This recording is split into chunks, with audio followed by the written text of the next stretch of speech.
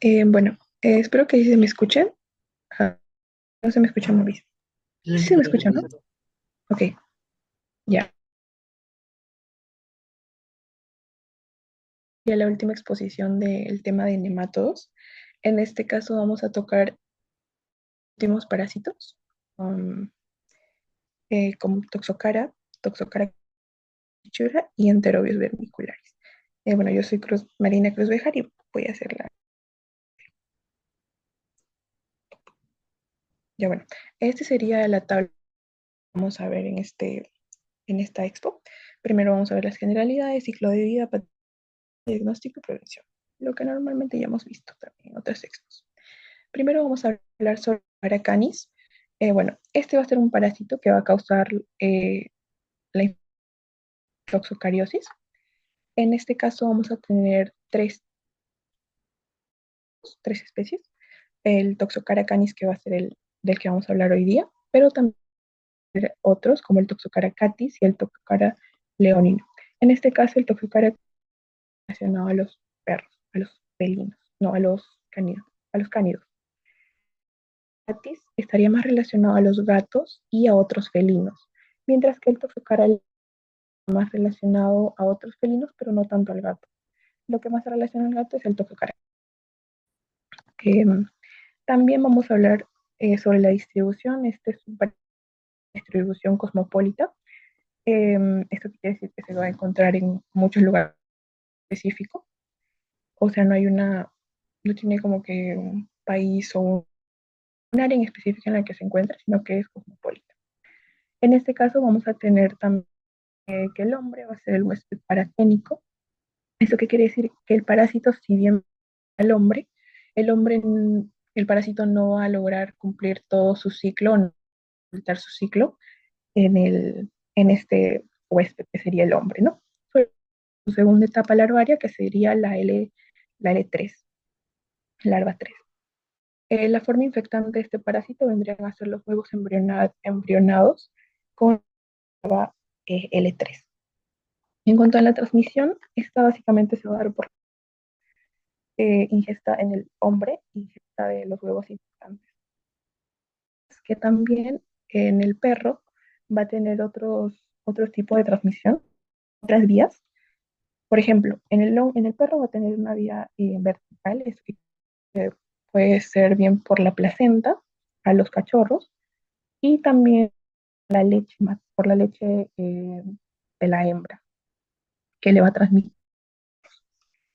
Eh, También tenemos otros huéspedes paraténicos, como por ejemplo, que también va a tener eh, o va a llegar por por este parásito. En el caso de este huésped, la infección más que nada se va a dar porque el perro va a comer a este huésped alrededor.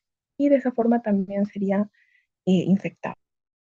En cuanto a la localización, las larvas, que como ya lo mencioné, convertir en adultas, solo se van a quedar en larvas, van a estar ubicadas mayormente en la pared intestinal. También pueden llegar a ir a otros adyacentes, como por ejemplo el hígado, el ojo, los pulmones, si es una evolución más sistémica. En cuanto a la población vulnerable, las principales vulnerables van a ser los niños, por lo mismo que van a tener más factores de riesgo y más factores psicológicos. Como por ejemplo los niños son más de jugar, ¿no? Suelos, en los areneros, en, sí, en los suelos, en los areneros más que nada. Y también vamos a ver ciertos factores epidemiológicos como el hábito de pica, esto que se ve también en algunos niños, el hecho de comer tierra. Y también un factor importante sería el hecho de que los cachorros no estén desparasitados. Eh, Serían los dos factores epidemiológicos más importantes. En cuanto a la morfología de este parásito, tenemos el adulto, pero como ya lo mencioné, el adulto vende su forma, estaría más relacionado a la infección en perros, ¿no? Porque en el hombre no es parásito adulto. Pero es más característico, tiene más características de mencionar el, el Toxocara canis adulto. En este caso, cilíndrico, va a tener una forma cilíndrica y va a caracterizarte por tener alas cervicales, tendrían a ser las alas cervicales del Toxocara, y también por su cuerpo, un cuerpo curvado ventral, ventralmente anterior. Esto quiere decir que va a tener una curva para adentro. Uh -huh. También va a tener ciertas diferencias entre macho y hembra. En este caso, no solo en el Toxocara, sino que en muchos parásitos, la hembra siempre va a ser grande, va a tener un poco más de tamaño, a diferencia del macho. El Toxocara mide el macho de 4 a 10 centímetros, 2 a 2.5 milímetros de diámetro. Y va a estar caracterizado por tener con un fino apéndice terminal y sus alas caudales. Cuando a la hembra, esta va a ser la hembra, esta va a medir de 5 a 18 centímetros por 2.5 a 3 milímetros de diámetro. Esta va a estar caracterizada por tener los órganos genitales un poco más desde el interior y posterior hasta la vulva. Esto más que nada se ve porque por la fecundación, ¿no? Por el hecho de que ella va a tener los huevos y expulsar. Ahora vamos a hablar sobre el ciclo de vida del Toxocara. En este caso vamos a hablar de dos ciclos. Primero en el perro, en el adulto, en el humano. En el perro vamos a tener adulto, a un perro adulto infectado en,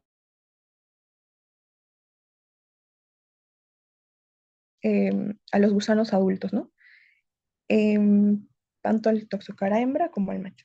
En este caso, el Toxocara hembra va a ser la que va a expulsar los huevos no embrionados. Estos huevos van a ser expulsados por las heces del perro y van a llegar al ambiente. En el ambiente estos huevos van a llegar a embrionar, pero para embrionar necesitan tener un tiempo, ¿no? De 1 a 4 semanas aproximadamente para lograr ser infectivos y tener o estar en el estadio de larva L3. Posteriormente, el perro va a ingerir los huevos embrionados y estos van a ser deglutidos y van a madurar en su intestino. Ese más o menos sería el ciclo de vida en el perro, muy fácil. Y en el humano va a tener otras cosas. En este caso, el humano va a ingerir los huevos embrionados por la contaminación, ya sea por la eh, comida, el agua contaminada, o por la tierra, ¿no? Por lo mismo. Estos huevos van a llegar al intestino y en el intestino van a eclosionar. Estos huevos eclosionan en el intestino delgado y se liberan la larva L2 y L3. Lo más común es la L3, así que quédense con eso. Estos nunca van a madurar, como ya lo coloqué aquí, no van a llegar a ser gusanos adultos, por así decirlo, se van a quedar solo en larvas. Y estos los va a caracterizar también porque van a causar lo que es la penetración y van a tener una mejor entrada a la circulación sistémica.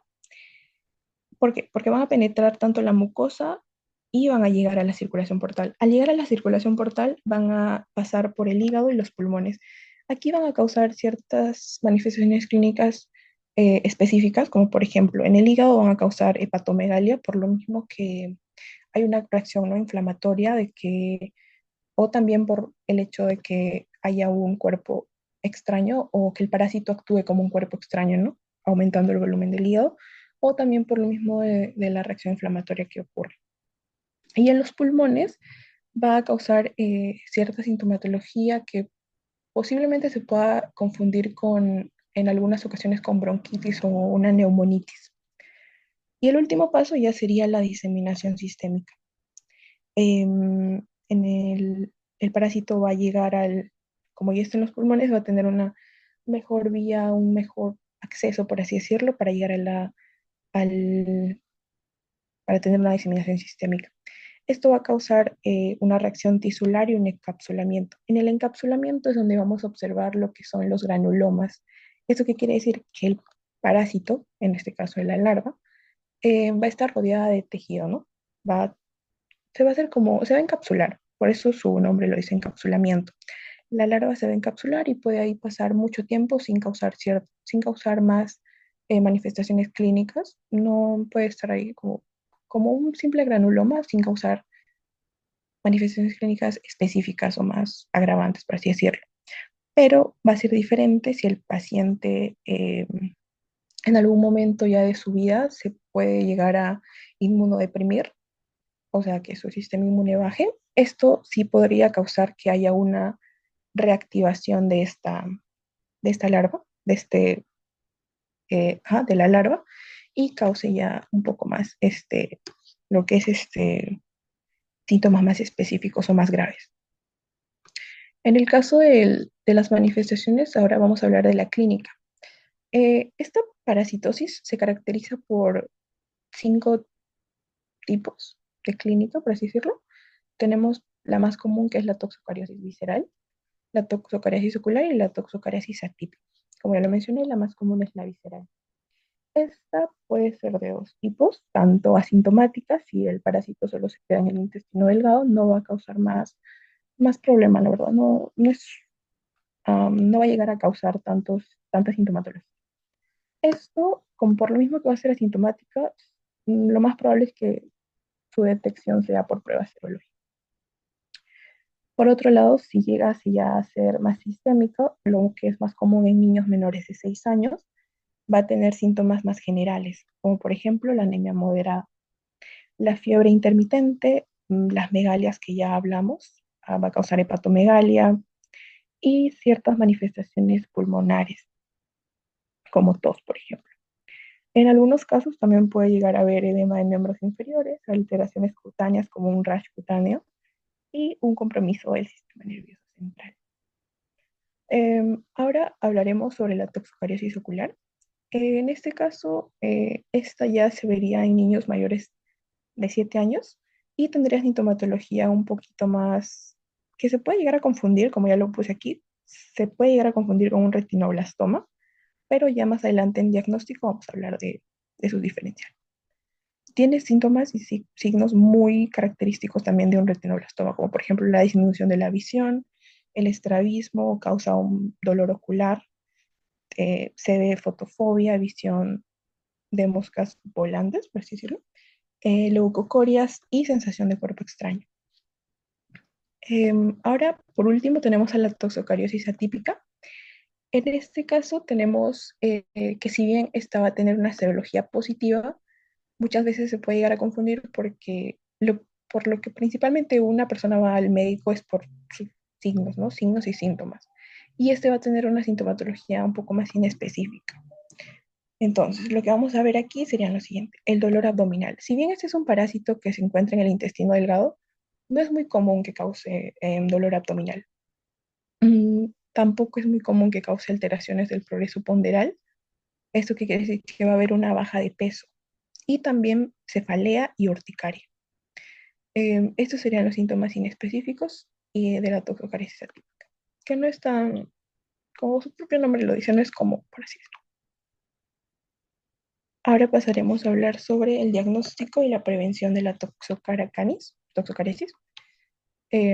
Primero, el diagnóstico puede ser bien clínico como laboratorial. En el caso de diagnóstico clínico, tenemos que tener en cuenta los signos y los síntomas, ¿no? Como ya lo mencioné, lo dividí en tres, la visceral, la ocular y la típica. Como la típica es como la visceral es lo más común, coloqué aquí, ¿no? Los signos y los síntomas, lo que más se ve en una toxocariasis es la fiebre y la hepatomegalia. También tenemos que tener en cuenta la historia, ¿no? Que nos cuente el paciente, o en este caso, como son la mayoría, la mayoría de los pacientes son niños, lo más probable es que lo que te cuente la historia sería su mamá, ¿no? Si te dice que ha tenido como contacto con perros, que han adoptado un perro, si su hijito juega mucho en el parque, mmm, ya podrías irte pensando más en una.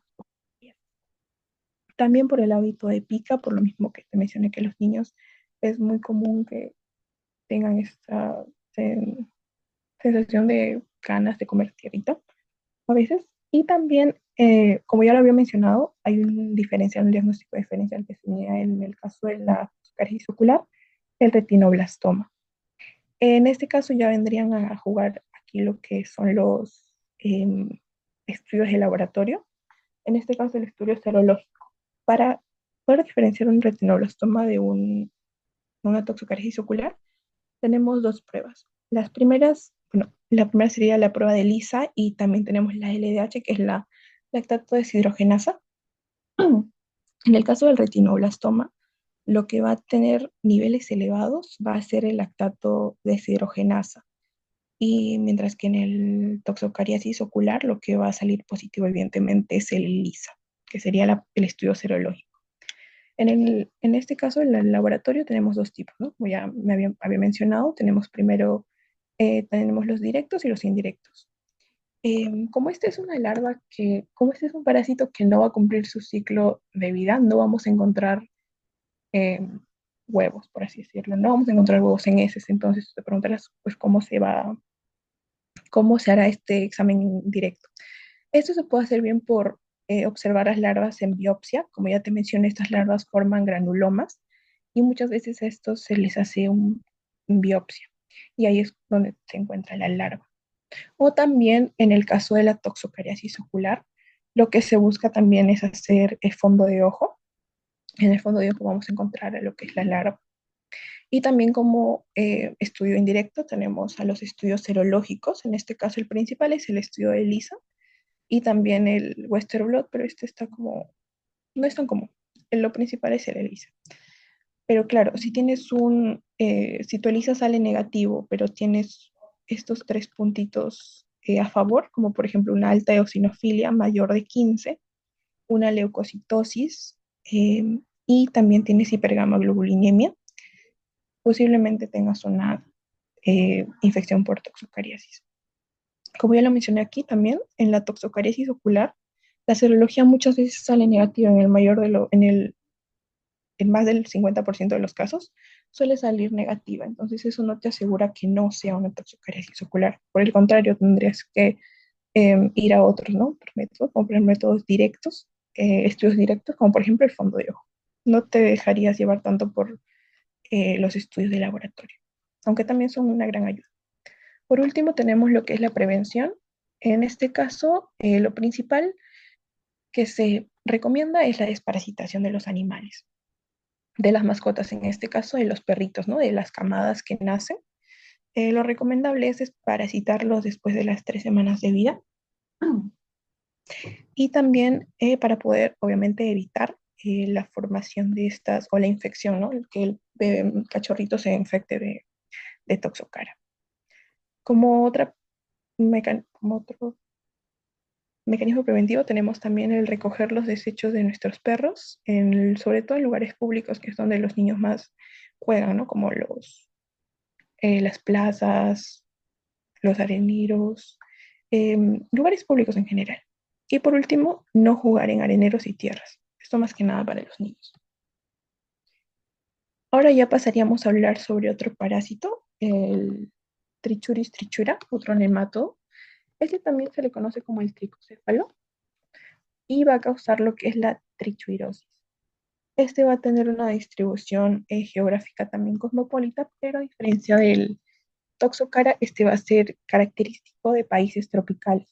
En el caso de Perú, la mayoría de los casos que se han visto han sido en la zona de la selva, por lo mismo que países tropicales o zonas tropicales. La forma infectante van a ser los huevos embrionados de este parásito y en su mecanismo o vías de transmisión tenemos la vía principal, que es la vía oral. Aquí vamos a tener lo que es la ingestión o la ingesta de agua o alimentos contaminados con tierra que van a tener a estos huevos embrionados. En este caso no se va a dar lo que es la autoinfección y también va a entrar o va a ser un factor importante el hábito de culpa, ¿no? Porque por lo mismo que esto se va a encontrar en la tierra, el hecho de que la persona come tierra también va a ser un factor importante, obviamente. En cuanto a la localización, este parásito frecuentemente se encuentra en el ciego, pero también en infecciones severas va a llegar a otros órganos, como por ejemplo el apéndice, el colon o el ilio.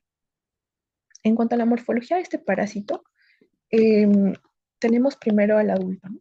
En el caso del adulto, este va a ser de un color blanquecino, va a tener características importantes como por ejemplo va a tener un extremo anterior filiforme en todos los, tanto la hembra como el macho como la hembra. Y también va a tener una parte posterior más gruesa. Un tercio de su parte posterior va a ser gruesa. Eh, a este gusano también se le va a conocer como el gusano del látigo por la forma, como el agarre del látigo y la última parte. Por eso se le conoce como gusano del látigo. En el caso del macho y la hembra, estos también van a tener una evidente diferenciación, ya que por lo mismo, ¿no? Por el tamaño, aunque no mucho. En el caso de los machos, este va a medir de 3 a 4 centímetros y va a tener un extremo posterior en espiral. Esto es lo que lo va a caracterizar más que nada de tanto la hembra como el macho. El macho va a tener, además de ser un poco más pequeño, va a tener este extremo posterior en espiral. Mientras que la hembra va a medir de 4 a 5 centímetros y va a tener un extremo posterior más curvado. No, como podemos ver, ella no tiene el extremo posterior en espiral, pero ambos van a tener la porción anterior muy delgada. Por eso se le conoce como el parásito filiforme. En cuanto a los huevos, estos van a ser muy característicos, a diferencia del otro parásito que vamos a ver del Enterobius, este va a tener dos tapones polares, que va a ser por donde van a salir los parásitos, el parásito, ¿no? La larva en este caso. Este huevo va a medir aproximadamente 50 a 60 micras por 22 a 25 micras de diámetro. Y como ya lo mencioné, va a tener dos tapones albuminoides, albumino, ¿no? Albuminoides en los extremos. Ahora pasaremos a hablar sobre el ciclo de vida del Trichurius. En este caso, lo enumeré. Primero vamos a tener a la hembra. Esta hembra va a vivir en el intestino grueso y va a ser obviamente una hembra grávida. Va a vivir en el intestino grueso y va a poner los huevos que van a ser eliminados por las heces. Estos huevos eh, van a salir al ambiente y en el suelo van a desarrollarse, van a transformarse, van a desarrollarse a una larva rhabditiforme. Esto más o menos va a durar o va a demorar entre 3 a 4 semanas. Posteriormente, en el humano, este va a ingerir los huevos embrionados maduros, tanto puede ser en los alimentos contaminados como en el agua contaminada, ¿no?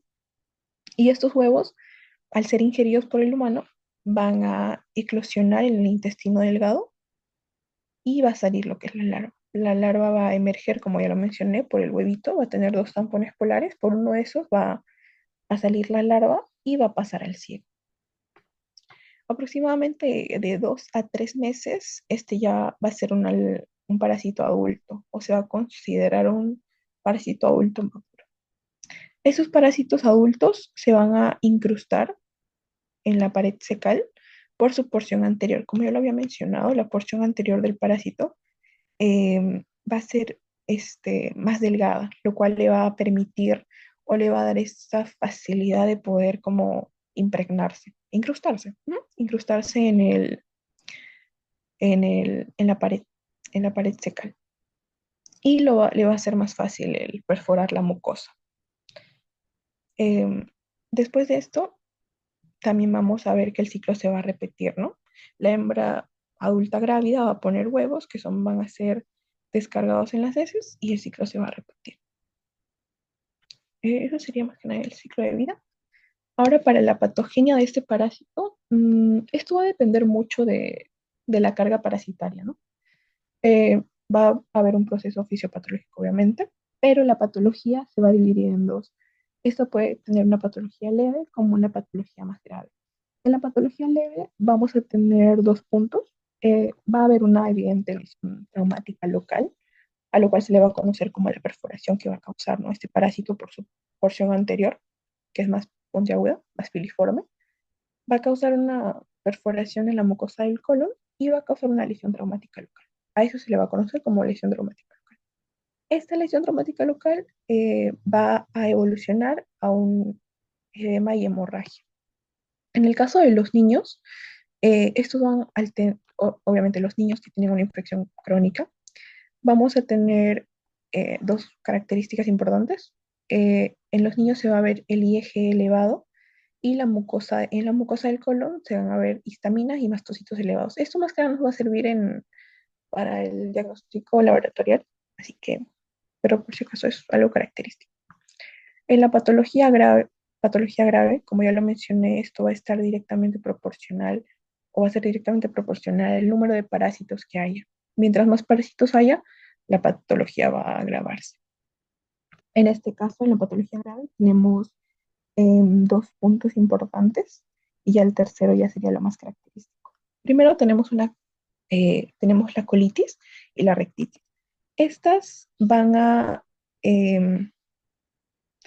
ser también influenciadas, por así decirlo, o van a hacer que tengan un mayor desarrollo al tener enfermedades concomitantes. Por ejemplo, si el paciente ya tiene una infección por otro parásito, como por ejemplo se ha visto que es muy común la infección por amebiasis en estos pacientes con infección por trichura, la amebiasis lo que va a hacer la amebiasis es una infección causada por la entamoeba histolítica, lo cual va a hacer que nos dé una clínica más disentérica.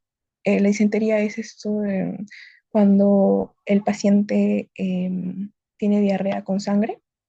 Disentería, diarrea con sangre. Al haber obviamente una diarrea con sangre va a haber una mayor, la afectación al colon, al intestino grueso, en este caso al colon, va a ser mayor.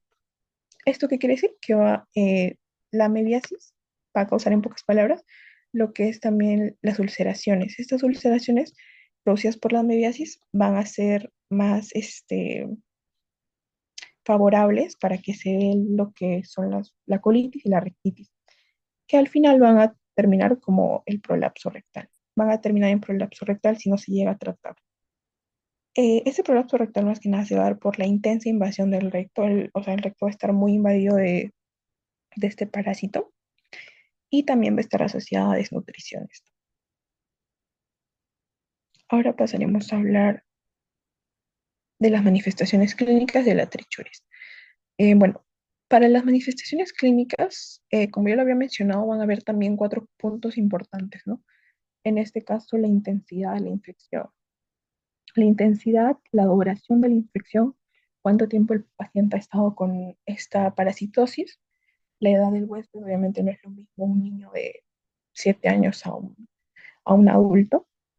Y también el estado nutricional, obviamente, una persona que está malnutrida va a tener va a tener más manifestaciones clínicas que un paciente que está bien nutrido. Eso también va a estar muy relacionado a la carga parasitaria, porque al haber una menor carga parasitaria, una baja carga parasitaria, los pacientes van a ser asintomáticos. Eso quiere decir que no van a tener síntomas. En las manifestaciones clínicas las dividí en tres.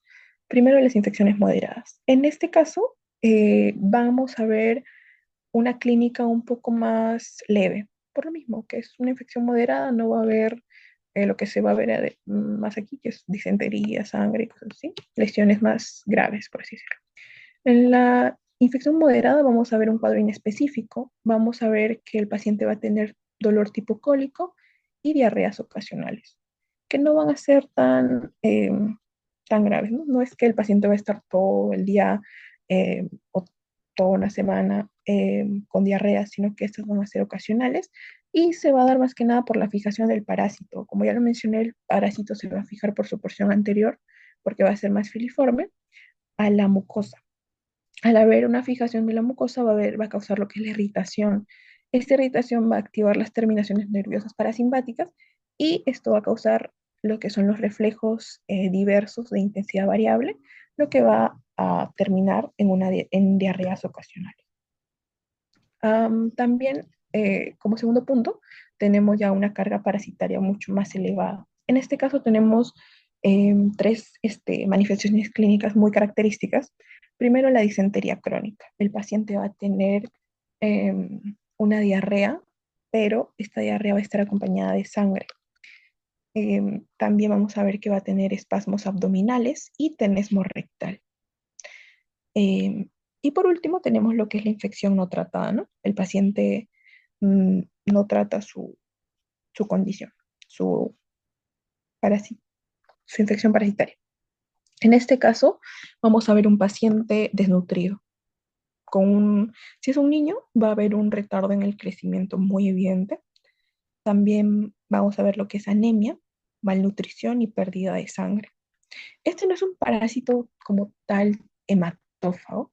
Eso que quiere decir que no se alimenta de sangre, sino que o sea, si fuese así, este causaría una anemia muchísimo más grave. Pero lo que se ve más que nada en estos pacientes es una anemia moderada. Y también lo que se va a ver en infecciones no tratadas es el prolapso rectal, que van a acabar en prolapso rectal. Y también lo que serían los dedos en palillos de tambor, que está relacionado a la anemia.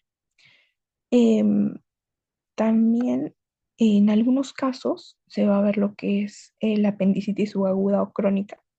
Este tipo de infecciones se ha visto que está relacionado también a la apendicitis, lo que es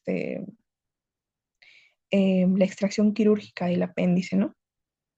Al haber una inflamación del apéndice, se saca el apéndice y a la extracción, al momento de extraerle el apéndice a la persona, se observan estos parásitos también.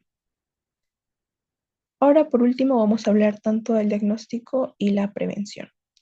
En el caso de la trichuris, en caso de su diagnóstico, como ya lo mencioné, vamos a tener dos, clínico y laboratorio. En el clínico, además de las manifestaciones clínicas que ya mencionamos, lo que va a ser muy, muy, muy inconfundible en este parásito es el prolapso rectal.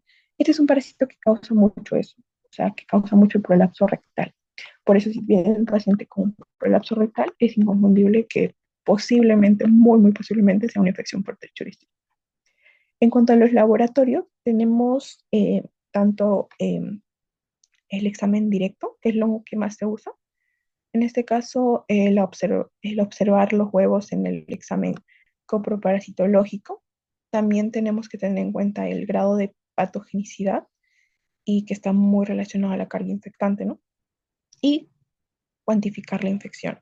Para esto se utilizan algunos métodos como el conteo de huevos, que serían dos técnicas. Las más utilizadas son las técnicas de Stoll y la técnica de Kato-Katz para el conteo de huevos. Más que nada para tener una cuantificación de la infección, para cuantificar la infección. Ahora, por último, tenemos lo que es la prevención. En este caso, va a estar muy relacionado a lo que es la adecuada eliminación de las excretas, porque como lo mencioné, es un parásito que se encuentra mucho en las tierras, ¿no? Y se expulsa por las heces. Entonces, la adecuada eliminación de las excretas, el control también de ciertos artrópodos o otros vectores mecánicos que puedan llevar la infección y también lo más importante creo yo que sería la buena higiene personal, aunque en algunos casos, tanto por la situación socioeconómica, muchas veces no se puede, ¿no? Pero también lo que se recomienda es la utilización tanto de agua potable como en ebullición, o sea, la agua hervida, consumo de agua hervida. Y por último, el lavado de verduras y alimentos antes de consumir. Por último, vamos a tocar el tema de este último parásito, el último nematodo. Tenemos el Enterobius vermicularis. Este parásito, primero empezamos a hablar sobre las características. Este va a tener una distribución geográfica cosmopolita como los otros, pero este va a ser más prevalente en Estados Unidos y en Europa occidental. Este va a ser más frecuente en niños de entre 5 y 10 años y también por su mismo nombre, Enterobius vermicularis, que va a significar gusano diminuto que vive en el intestino. Este parásito normalmente no va a mostrar una migración sistémica, eh, salvo en casos muy, muy serios, y su forma infectante van a ser los huevos embrionados. En este caso, primero vamos a hablar de la transmisión. Eh, Aquí vamos a ver que la vía principal es la ingesta o inhalación de huevos infectados, infectados, ¿no? Y también el hecho de que es muy fácil de contagiar este parásito. O sea, eh, de persona a persona. La diseminación intrafamiliar entra mucho en este parásito, porque al momento Em, como este va a ser un huevo, como este va a ser un parásito que va, ya voy a hablar más adelante de cómo se va a hacer su ciclo de vida, pero este parásito tiene una fácil mecanismo de infección, por lo mismo que va a causar prurito, el niño, muy probablemente el niño se va a rascar y con la mano sucia va a tocar a otros familiares o a otros compañeros de escuela. Por eso se hace mucho hincapié en la diseminación intrafamiliar y tanto como en las escuelas. Aquí también entra a tallar un punto importante que sería la autoinfección. El mismo paciente o el mismo hospedero, el hombre, se puede volver a infectar por el mecanismo ano-mano-boca. En cuanto a la localización, este va a ser un parásito que comúnmente se va a localizar en el ciego y también, no, lo más común es en el ciego, pero también se va a llegar a encontrar en el ilion terminal y en el colon ascendente. Por la fecundación, la hembra va a migrar también al recto o borde del ano y también se puede encontrar ahí, obviamente. Más que nada en las noches. En las infecciones masivas, este parásito suele encontrarse también en otros órganos, como por ejemplo el estómago, esófago, algunos casos nariz y hasta vagina. En cuanto a la morfología de este parásito, este va a ser un adulto, en su forma adulta, este va a tener un cuerpo filiforme y va a ser de un color blanco, blanquecino. Va a tener ciertas diferenciales en cuanto a macho y hembra.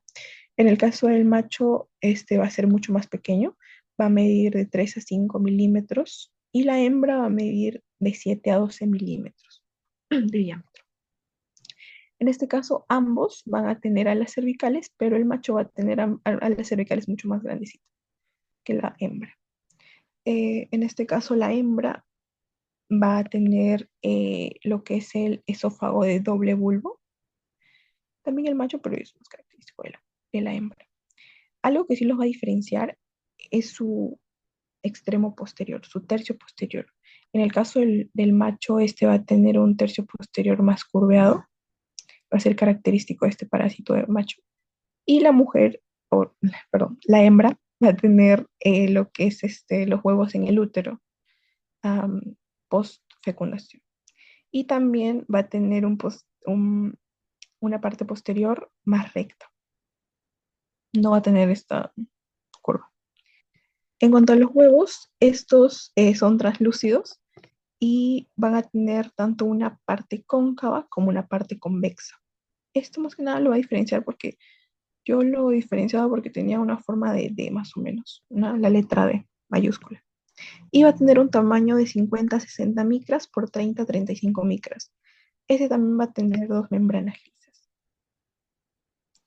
En cuanto al ciclo de vida de este parásito, lo coloqué aquí en 4 puntos. Em, bueno, la hembra va a dejar los huevos en la piel perianal, los cuales van a ser ingeridos y van a eclosionar en el intestino. El hombre va a ingerir estos huevos van a pasar por el sistema digestivo y van a llegar al intestino donde van a eclosionar. Pero donde van a madurar es en el ilion y en el ciego. Esto aproximadamente se demora entre dos semanas y 2 meses. La hembra grávida, como segundo punto, la hembra grávida va a migrar al colon y al recto y ahí es donde va a depositar sus huevos. Va a pasar el colon y el recto y va a llegar a la piel perianal y ahí es donde va a colocar sus huevos.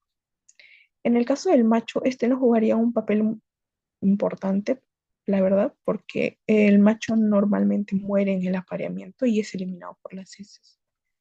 Em, como cuarto punto importante, también este parásito va a causar una sintomatología muy específica, va a causar prurito. El prurito va a ser muy característico de este parásito, ya que el huésped no va a dejar de rascarse. Y esto va a ser lo que va a llevar a una autoinfección. Aquí está la diferencia entre autoinfección y retroinfección, ¿no? La autoinfección va a ser la ingesta de huevos, en este caso del parásito, al momento de rascarse. Los huevos van a encontrarse bajo las uñas y el hospedero se lo va a llevar a la boca. Y la retroinfección es que los huevos en la piel perianal, después de haber sido dejados por la hembra grávida, van a eclosionar en la misma piel perianal y estos van a migrar al ano, o sea que van a volver. Migran al ano y se convierten en adultos en el colon. Esto ya sería lo que se conoce como retroinfección porque no actúa como tal el hombre. O sea, tú mismo no te estás como infectando. Por eso se consume. Esa es la diferencia entre estos dos. Por eso lo creo que hay. Ahora pasaríamos a hablar sobre la patogenia de este parásito.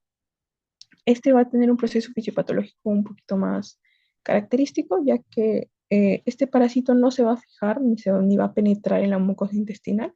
¿Eso qué quiere decir? Que no va a causar lesiones anatomopatológicas características. Lo que lo va a caracterizar es la migración y la invasión. E invasión. En este caso, la migración no por la hembra, por el ano y la invasión de genitales viscerales y genitales y vísceras. En este caso, la migración va a tener tres puntos importantes. Uno sería la reacción inflamatoria de migrar. Eh, Va a causar una reacción inflamatoria que va a estar agravada por infecciones secundarias. ¿Eso qué quiere decir? Que va a causar lesiones traumáticas. Por lo mismo que el paciente se está rascando, va a causar eh, lo mismo el lesiones en la piel. Ujú. También vamos a ver lo que es la migración a órganos internos. En este caso, el huevo, tanto el huevo como un adulto, van a, van a tomar este papel como cuerpo extraño y van a formar granulomas. Esos granulomas van a estar localizados tanto en órganos genitales como em, en otros órganos también viscerales, por ejemplo. No, no, no, no. Localizados en órganos genitales femeninos. Y por último tendríamos lo que es la invasión de parásitos. Al momento de haber una invasión, o sea, el parásito sale, deja sus huevos, estos huevos eclosionan y estos parásitos pueden causar invasión a otros órganos, como por ejemplo la vagina, puede llegar a causar vulvovaginitis, en el útero puede llegar a causar hemorragia, en el peritoneo también puede verse afectado y el apéndice. También lo que es estas manifestaciones van a ser causadas por lo mismo que la hembra, ¿no? En el colon va a causar una colitis eosinofílica. Ahora pasaríamos a hablar a las manifestaciones clínicas de este parásito. Eh, Aquí vamos a tener 5 puntos importantes. Primero sería la irritación y el prurito, que va a ser muy característico de este parásito. Este parásito va a causar una prurito, sensación de querer rascarse en la zona perianal y perineal, que sería fuera del ano. Esto va a evolucionar a una pruritis ani, que sería eh, que sería más lesiones ya en la zona anal. Esto como consecuencia de básicamente la hembra pues coloca sus huevos ahí, más que nada.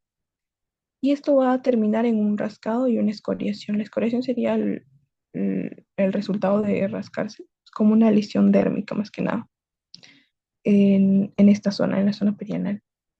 También va a causar lo que es enuresis nocturna, o sea, ganas de orinar en la noche. Y también va a haber lo que es la perturbación del sueño. Por lo mismo que el gusano va a salir a dejar sus huevos, va a causar esa molestia, esa sensación de cuerpo extraño, de querer rascarse por las noches. Y por lo mismo que es más común que esto pase en las noches, va a haber una perturbación del sueño. También vamos a ver lo que es la salpingitis crónica, ya que el gusano va a causar una inflamación tanto en la vulva, porque se va a arrastrar básicamente a otros lugares, como por ejemplo en la vulva y la vagina, y va a causar aquí una irritación, una secreción mucoide. Y por último, también lo que se ve es apendicitis, pero la apendicitis como causa de apendicitis sí también se ve, Y lo que también se ve es después de extirpar el apéndice quirúrgicamente, se observan este parásito, se observa. Y ahí se da como responsabilidad de apendicitis. Por último, ya hablaremos sobre el diagnóstico y la prevención de este parásito.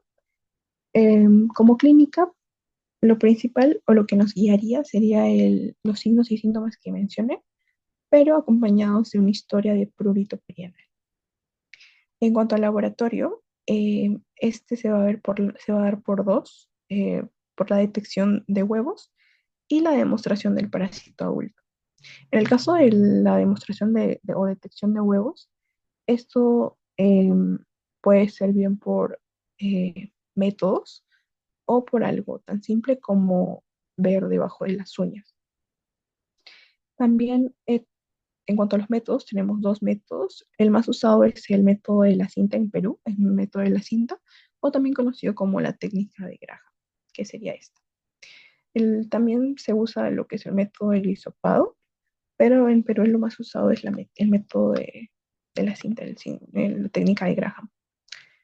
Aquí en la técnica de Graham lo que más que nada se va a ver es como una cinta, es literalmente una cinta, se le pega en la zona perianal del pacientito, y se le saca y se le mira al microscopio. Así es como se hace la detección de huevo. Y esto se va a ver por una parte, ya que la cinta va a tener una parte de celofán donde se van a adherir los huevos. Y por último, la demostración del parásito adulto, que vendría a ser la muestra en heces, aunque esto no es muy común ver eh, a los parásitos en las heces, pero también se usa, aunque no es tan útil. También suelen verse esos parásitos en las noches mientras duermes, porque como es un parásito que sale en las noches a dejar sus huevos, eh, suelen verse también en- mientras la persona duerme. Y también post-enema, aunque raras veces. Por último, tenemos lo que son las medidas preventivas. Primero es el mantenimiento de la higiene personal y comunitaria. Como ya lo dije, este es un parásito que se disemina muy rápido. Por lo mismo que existe la autoinfección, la infección a personas es mucho más fácil. Por su misma clínica causa un prurito que hace que el pacientito se rasque, contamine su mano, al tocar a otros contamina, y pues si no se lava la mano va a seguir contaminando tanto a las personas que lo rodean. Por eso se pide que se tenga un mantenimiento de la higiene tanto personal como comunitaria. El lavado de manos y la limpieza de uñas y el baño es muy eh, recomendable en todos los casos, ¿no?, de parasitosis, pero en este caso más por lo mismo que ya mencioné, que es un parásito que se disemina muy rápido. Y por último, el lavado frecuente de la ropa de noche y de la ropa de cama, ya que se ha visto que este parásito se puede llegar a encontrar en, en la ropa con la que es, en las sábanas. En las- y ahora coloqué algunas preguntitas que voy a poner ahí. Sería, si pueden, pues las pueden contestar por el chat o prender su micro.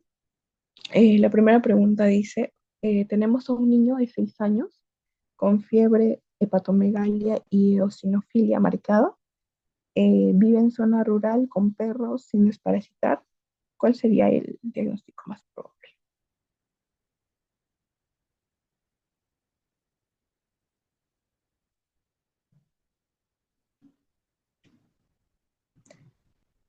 Ok, acá dice la B. Sí, como ya lo había mencionado, la toxocariasis es muy común en niños, en este caso menores de 6 o de 6. El paciente presenta fiebre, hepatomegalia, que es muy común de la toxocariasis visceral, am, y presenta eosinofilia marcada. La eosinofilia marcada vendría a ser como un marcador, no solo de la parasitosis de la o sea, la toxocariasis, sino que cuando un paciente tiene eosinofilia es muy característico de que tiene una parasitosis, de, puede ser cualquier parásito, pero que tienen una parasitosis. Y también te menciona, ¿no? Vive en zona rural, con perros sin esparcitar. Ahí ya te dio prácticamente la respuesta, ¿no? La toxocarisis visceral. Em, Ahora la segunda pregunta es, ¿cuál es la forma infectiva del Toxocara canis para los humanos? La larva 1, L1, huevo no embrionado, larva L3 con huevo embrionado o gusano adulto. Toxocara canis en adultos. Ujú. Como ya lo había mencionado, el, la uno no puede ser porque la larva uno no tiene posibilidad infectiva, o sea, no es eh, infecciosa, por así decirlo. El huevo no embrionado, obviamente que no. Y el gusano adulto no, porque en el hombre recordemos que no va, el gusano como tal no infecta al hombre, o sea, el gusano adulto no. Lo que la respuesta sería la larva L3 con el huevo embrionado. La tercera pregunta, en humanos,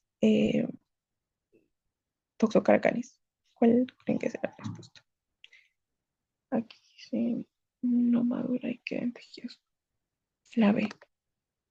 Ujú. En este caso, te dice en humanos, el Toxocara completa su ciclo y produce huevos. No, en humanos, como ya lo mencioné, se queda en larva L3. Madura solo en el hígado. No, no madura en el hígado. Eh, Madura en los pulmones. No, aquí la respuesta es la B. No madura y queda en tejidos, como los granulomas que ya mencioné. Am, Otra pregunta. Paciente de 8 años con diarrea crónica, anemia microcítica y prolapso rectal. Se dice que habita en zona con saneamiento deficiente. ¿Cuál sería el agente etiológico? Aquí te dice, ¿no? Una paciente de 8 años con diarrea crónica. Ok, la B. Sí, es la B. Em, Aquí lo que te guiaría más que nada sería el prolapso rectal. Yo lo había mencionado. El prolapso rectal es una de las manifestaciones características de la trichuris trichuera. Entonces, sí. Además que te dice que habita en zona con un saneamiento deficiente, ¿no? Y tiene diarrea crónica. La otra pregunta es, niña de 5 años con prurito anal nocturno, la madre observa gusanos pequeños y blancos en la región perianal. ¿Cuál es el diagnóstico más probable?